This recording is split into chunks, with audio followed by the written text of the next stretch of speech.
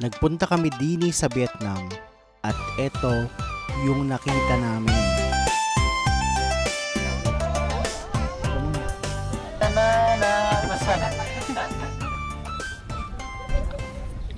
Yan guys, so coconut daw yan. Ah, okay. Coconut. Yeah, coconut. Kasi nasa tubig. Ganito yung niyog nila dito guys. So. Yeah, coconut.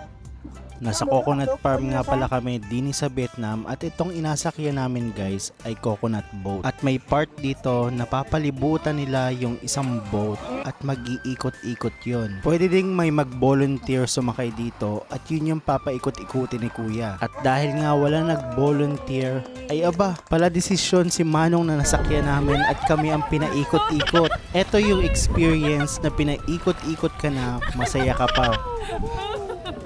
Ang last part na ginawa namin ay nagpunta kami sa isang stage na nasa river at may kumanta doon na lokal na taga dini sa Vietnam. Solid nga ang naging experience namin dini sa Vietnam at dini na din hubaya kami nag early dinner. Madami pa kami napuntahan dini sa Vietnam at mga pupuntahan pa lang. Kaya kung interested ka sa mga ganitong vlog, just keep on watching dahil madami-dami tayong i-upload.